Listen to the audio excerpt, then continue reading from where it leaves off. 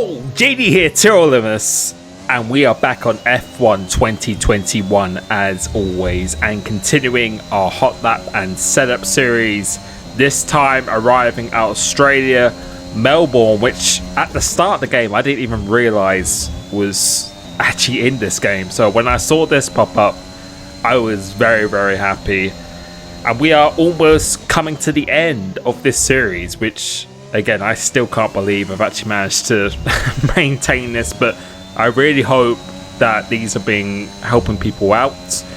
If you want to know more detailed setups or when I update them, I will be posting them here.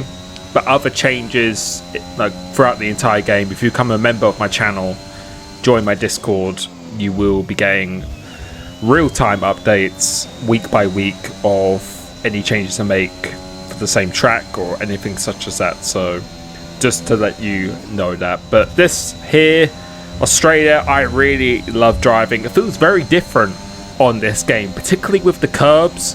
You really have to place your car in the right spot, otherwise you will be punished. And with this app here, I was pretty happy with it. The setup went for definitely a more stable setup, because as always, I always try and aim for a raceable setup that you're consistent with. I found the one with Sparks was good, but it was just a very, very pointy, and I think the rear end would give up quite quickly in a race situation.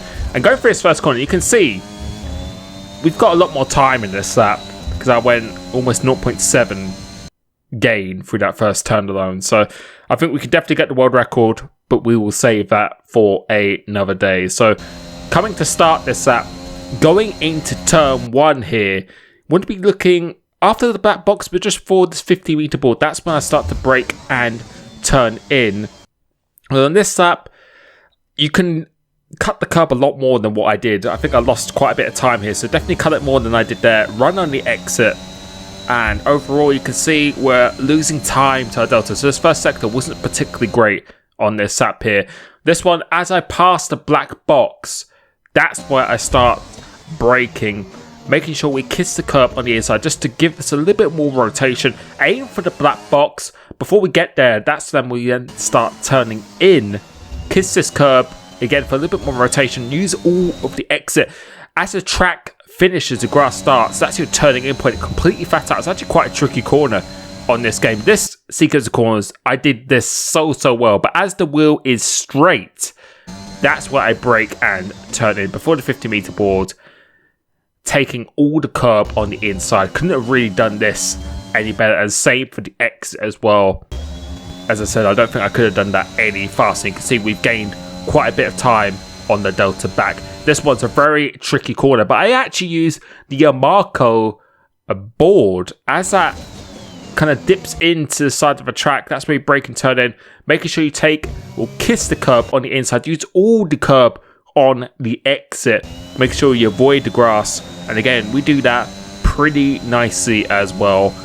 Probably one of the toughest corners on the game coming up, but one of my favorites. As you pass the black box and just before the 50-meter board, that's what I'm looking at. That's where you brake and turn in. Take a lot of curb on the inside, enough so you don't hit that bollard. We did that pretty perfect there. Immediately turn, take a lot of curb once again, because if you just take it slightly, it will unsettle the car. So you actually have to commit quite a lot, and luckily we didn't auto spin on the exit, making sure you get on the DRS sign. Again, this is all about feeling this corner. There's no real reference points, kind of in between the 100 and the 50-meter board. When you go through it here, make sure you kiss this apex, very late apex there. As you see the black box, as you go past it, that's then your braking and turning in point. A little dab on the brake. Make sure you don't hit this curb too much. Aim towards this black box again, but just before you get there to the 50-meter board, that's your braking turning point. Late apex, kiss this curb on the inside. Run a little bit wide there. Don't want to run any wider than this white line. And that's when we want to short shift into 5th gear, just to give you maximum traction and stability.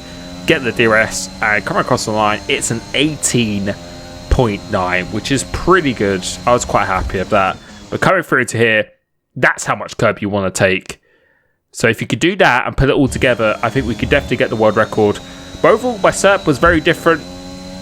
Usually, as usual, because I really want to try and make this work for a race situation from the get-go. I think Sparks was using I think it was 9.6, 9.7, something like that.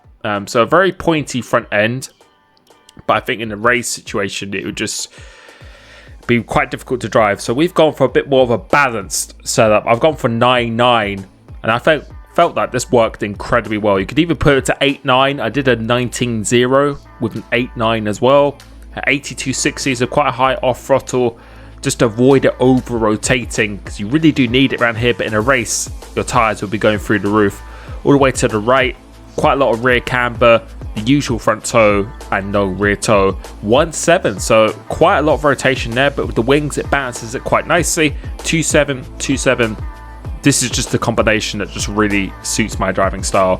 156, and tire pressures are going to be maximum. If you are struggling a little bit with tire temperatures or anything at all, then you can lower it. It will give you slightly better traction, lower temps, but more low speed rotation. So I really have it high just to ensure that there's a good balance between the tires. That's the reason why I do it.